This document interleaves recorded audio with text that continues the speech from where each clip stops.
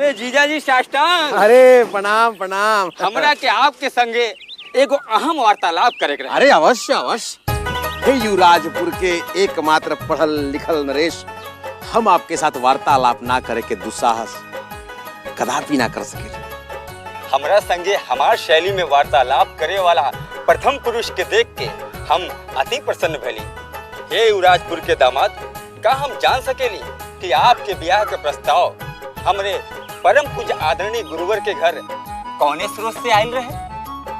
का आपके व्यक्तिगत प्रश्न पूछे के कारण से हम विज्ञ हो सकेली? अवश्य, परंतु प्रथम हम ये जानना चाहब कि हमार चाची श्री संबंध तय करे से पूर्व आपके माता श्री के प्रत्यक्ष दर्शन और साक्षात्कार कैले रहनी? आपके कहे के तात्पर्य हम समझ नहीं पाओ। अरे समझ में स्वयं हमरा भी नहीं आ रहल बा जीजा श्री। युवराजपुर में एगो नया प्रथा प्रारंभ हो चुकल बा। कोनो भी बालिका के पड़ा संबंध से पूर्व वर पक्ष के माता श्री के साक्षात्कार हुई और ये प्रथा का शुभारंभ आपके सासू माई कई दिले हैं। हम कुछ समझ नहीं पाउली, हमरा के संक्षेप में समझाई। अरे तो का आप साक्षात्कार सभा में सम्मिलित नहीं भइली हैं? अरे रुआ कौने सभा के बात करते हैं? अरे कल हमार परम पूज्य गुरुदेव के अंतिम पुत्री पूजा अर्थात आपके साली के पढ़े संबंध हेतु वर पक्ष आयल रहे। दुर्भाग्य लड़का के माता श्री साक्षात्कार में सफल ना हो पौनी और संबंध विच्छेद हो गए। ये तू का कहत हुआ महाभारत? पूजा के देखे लड़का वाला आई रहले और हमरा के पता तक नहीं है। लेकिन काले भोरे तो हम गए रहे हो जा।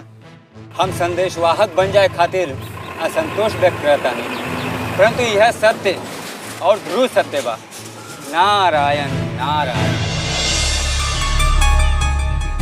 चल हमरा साथे फिर एगो चल।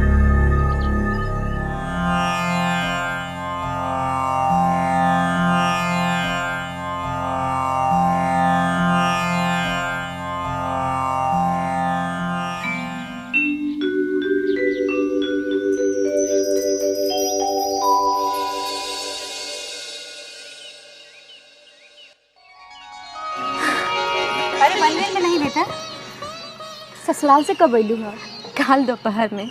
ससुराल में सब ठीक ठाक चलत बा ना? बहुते निक।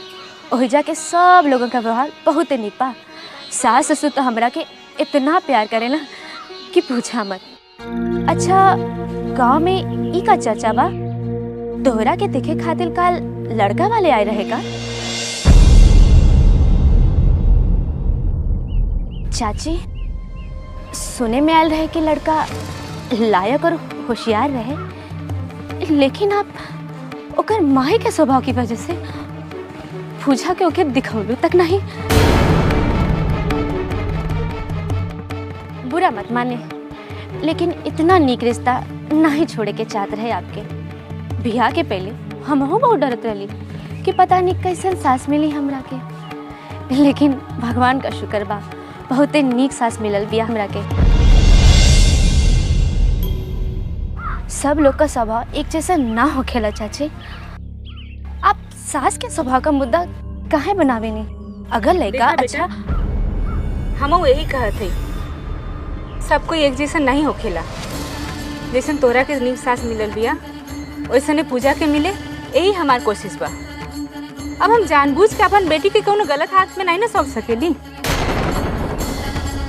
कल जो लड़का वाला आयल रहलन उनमें लड़का का माई का स्वभाव हमके नीक ना लगन। बस जौने दिन अच्छा लड़का मिल जाई हम एकर भी ब्याह कर दे।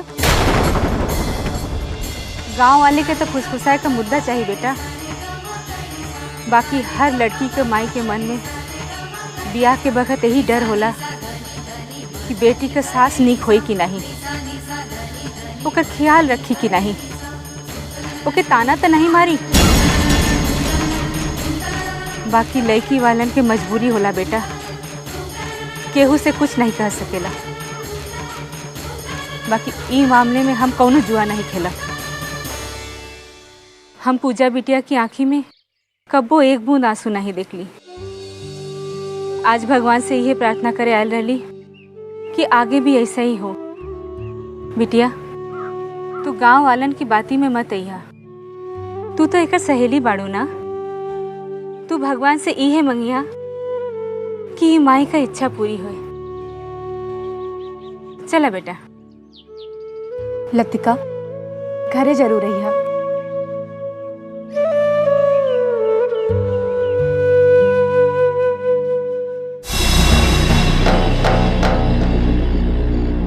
छी छी छी छी छी, अब तो हद हो गई। छल, ओकरा ऊपर छल, छल पे छल। अब तो हमरा पास ना बात करे के दम रहल, ना इच्छा और ना ही सबर। काले के बात रे माई, कहले रहा कि लइका वाला एक सप्ताह बाद अइहे देखे, तई स्पीड पोस्ट के तरह काले कैसे आ गईले? दोसर के सच्चाई के पाठ पढ़ावे वाला मास्टर साहब जब खुद ही झूठ बोले लगले, तो हमनी के केकरा ऊपर भरोसा कई जाई? कमला बाबू के तो धर के मारे के चाहिए। अरे जौन घर में माई बाप एक नंबर का झूठा होके और भाई मार पीट करे वाला लठैत होके उहे घर मिलल रहल हमारे बिटवा के ब्याह के खातिर।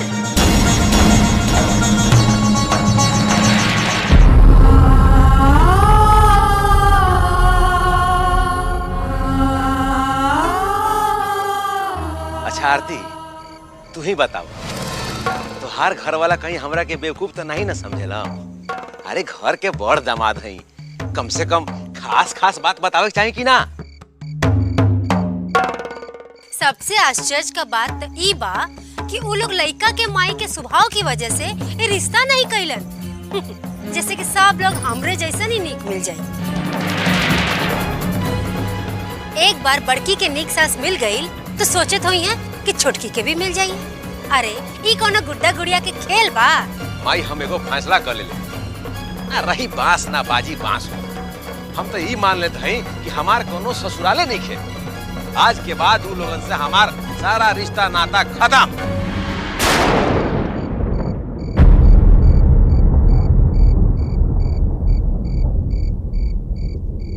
अब ऐसे संबंध खत्म कइला से का फायदा हो की बोला? जौन उनकरा के करावे के बा वो तो करवाए के ही पड़ी।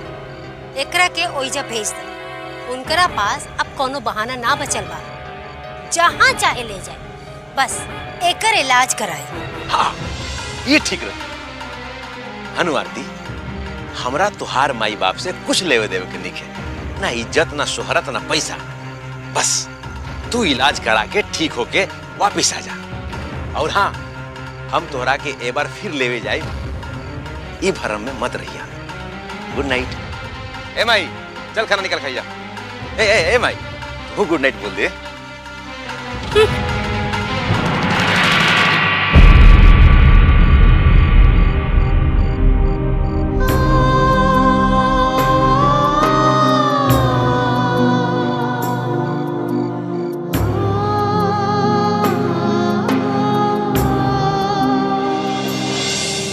का दोष हवे ए बेबस के, लाचार बीमार बेचारी के।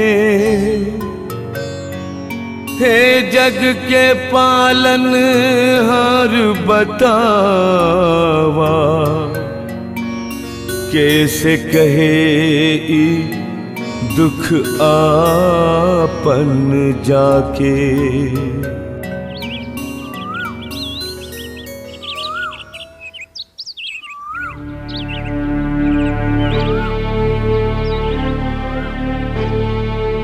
सत्तार भाई, पूजा के माई के फिक्र करल भी सही बा। यही से ओकरा के कुछ बोल भी नहीं पावेली। लेकिन जौन परसों भाई वो नहीं होवे के चाहत रहल। मनोहर भाई का नहीं होके के चाहत रहल है? अरे लड़की वाला के तो हर बात में दब के रहे के होला, और ऐसे में आपके पत्नी जौन भी कैलिन हिम्मत का काम कैलिन है। लोगन के जो बोले को हो बोले दही। भौजाई जैसा सोचा ताड़ी न, ऐसा घर अगर मिल गए तो पूजा बिटिया से खुशहाल केहुआ ना होई। वो तो ठीक बा सत्तार भाई, लेकिन आज के जमाना में हर माई बाप के दू रूप होला। जब बेटी के बियाह करे के रहला तो दब के बात करी, और जब बेटा के बियाह की बात आई तो गर्दन अकड़ा ली। पता ना आपके भाभी की इच्छा पूरा होखी भी है ना। वो तो बात का बात बा मनोहर बाबू, लेकिन जब सामने सामने दिख रहल बा कि एगो औरत अपने पैसा के घमंड में चूर होकर के दूसरा के नीचा दिखावे में लगल बिया, तो आंख बंद करके रिश्ता भी तो नहीं जोड़ल जा सकला। आप फिकिर कैल छोड़ी, अरे जाके कमला बाबू से बात करी, वो एकरा से भी बढ़िया रिश्ता ढूंढ के आपके बताइए। भगवान करे ऐसा न हो, पर लागता कमला बाबू नाराज हो। गांव के हर आदमी के ई खबर असही थोड़े पता चलन होती। कमला बाबू गुस्सा में केहू से कुछ कह देले हुई हैं, बस एक कान से दूसर कान बात फैल गई। अरे आप उनकरा से मिल के तो देखी, केहू के बियाह केहू के भरोसे थोड़ी न रुका रहला। और अपन पूजा खातिर अल्लाह ताला कहीं न कहीं कौनो न कौनो लड़का जरूर बनौले हुई हैं।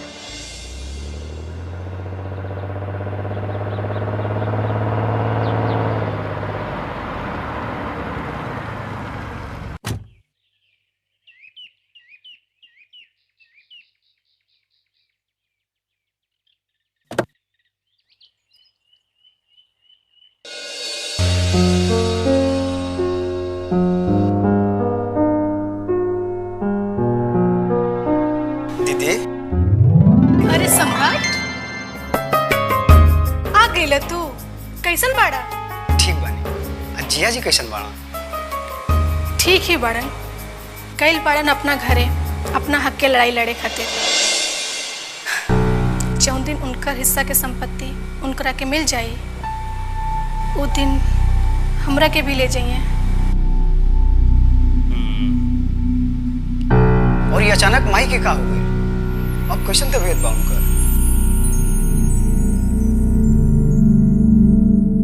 सब ठीक तो बानू दीदी?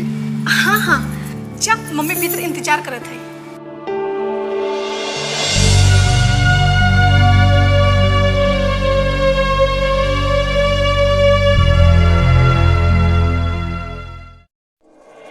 माई आ गेला बेटा, खुश रह। अब जल्दी से अपन घर संसार बसा ले। का भाई? बुखार तो नहीं चाह रहा? रहल है बेटा, आधा बीमारी तो तार आवे के खबर सुनली तो चल गई। हाँ, बचल खुचल अब तारा के देख लेनी तो उहो चल जाई। अब बम्बई में कुछ खात पियत ना रहा है का हाल बना लेल बड़ा? आवा बैठ।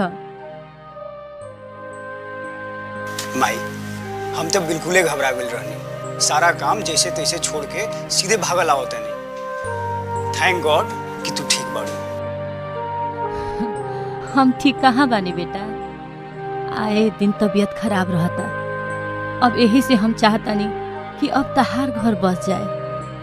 तारा पत्नी के जरूरत होके चाहे ना होके, हमरा बहू चाहे बेटा। अच्छा, तो आप एक खातिर हमरा के बोलवानी है?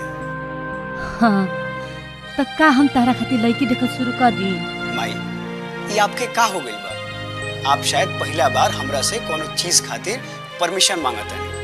अरे हम तो सोचले रहली कि आप सब कुछ तय करके हमरा से कहब कि बेटा फलना तारीख के फलना जगह तहार ब्याह तय हो गई बा और फलना लड़की के तू ई घर के बहू बनावता। अगर हम सचमुच से संग करी तो तारा एतराज तो ना होई ना बेटा? माई, कैसन बात करता? पूछ लेनी। हाँ बेटा, काहे से कि ब्याह के बाद तहार जिंदगी बिल्कुल अलग होती। बेटा अब तू जा, फ्रेश होला, बात तो होखत रही। ठीक बा माई।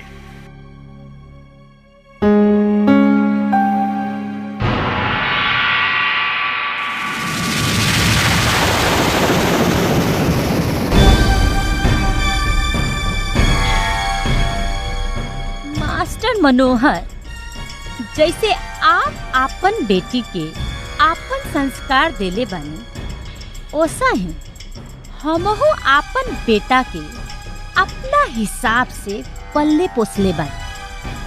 अब ब्याह के बाद भी जौन जौन चाहब हमार बेटा उहे करी, और हम का चाहब ई तो वक्त बताई।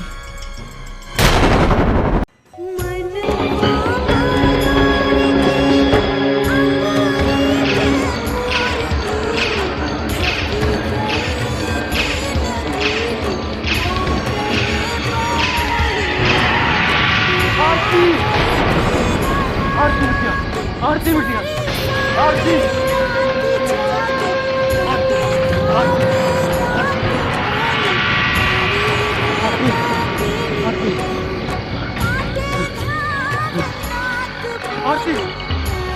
पूजा के जैसे लेखा वाला आयल रहलन ना, ई बात का खबर हमनी उनका के काहे नहीं देली, बस यही बात के पहाड़ बना लेना। अरे बेटा, ये सब